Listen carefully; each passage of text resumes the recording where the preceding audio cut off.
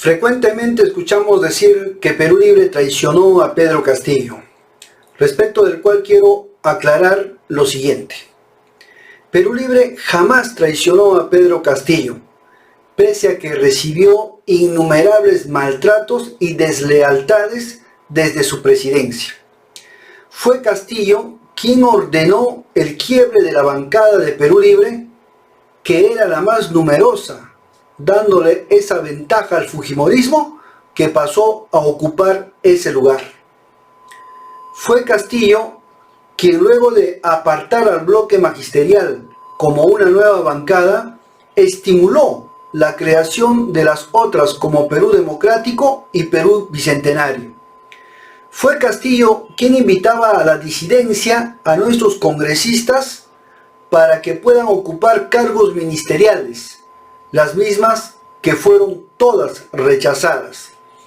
Fue Castillo quien en plena segunda vuelta había encargado la inscripción de 2 partidos políticos, ya que no pudo capturar la dirigencia nacional de Perú Libre.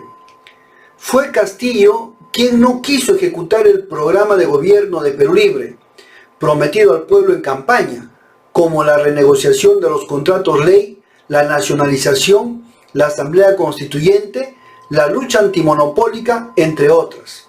Fue Castillo quien acabó rodeado de funcionarios y asesores de militancia fujimorista, aprista, axiopopulista, nacionalista y caviares. No había un solo funcionario de Perú Libre, salvo 2 ministras, a quienes se le cursó invitaciones personales y no de partido. Fue Castillo quien traicionó al pueblo, y todo su gobierno no fue más que un gobierno neoliberal de derecha. Los empresarios, los banqueros, concesionarios, etc., seguían lucrando a manos llenas en detrimento del pueblo. Nunca se colisionó con el poder, se prefirió la convivencia. Fue Castillo quien no tuvo una política internacional clara respecto a la izquierda continental y prefirió estar del flanco de la OEA y los Estados Unidos, repitiendo la típica frase "América para los americanos". Pese a ello, Perú Libre siempre lo apoyó. Cerró filas con el gobierno y las vacancias no prosperaron. Es más, en la última amenaza de vacancia, Perú Libre hizo público su acuerdo unánime de votar contra la misma. ¿Censuramos ministros? Sí, porque eran ajenos a cumplir las promesas al pueblo. Pero nunca hubo una política adversa contra el presidente, pese a sus, repito, deslealtades. Castillo, influenciado por su séquito más cercano, intentó dar un golpe de Estado, un suicidio a todas luces, pero con ello no solo se perjudicó el gobierno, sino el pueblo, que tras luchas para recuperar esta democracia y defender la voluntad popular, ofrendó la vida de sus hijos, de 63 muertos hasta ahora. Anunciado el golpe de Estado, el Congreso dio un contragolpe el mismo 7 de diciembre, donde 6 congresistas de Perú Libre votaron a favor de la vacancia de Castillo. Y este es el voto que cuestiona el pueblo con toda razón. Pero ¿cuál es la explicación? Todos sabemos el principio político, que salvo el poder todo es ilusión.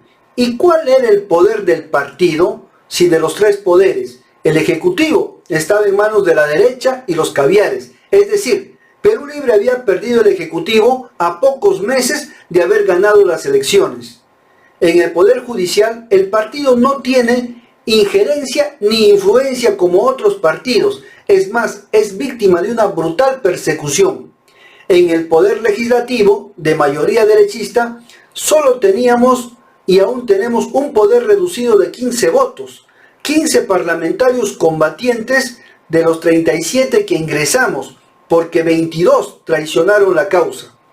Nuestra bancada también quedó desconcertada tras el autogolpe de Castillo, donde liquidaba nuestro único poder real, y es natural que hayan emitido ese voto, porque nadie muere sin luchar menos a manos de un traidor. Efectivamente, Castillo no solo traicionó a Perú Libre, sino también al programa de gobierno, a las promesas en campaña y en definitiva al pueblo. No es al revés, como quisieran presentarlo algunos convenidos. El partido había analizado el escenario de una posible salida de Castillo y lo anunciamos.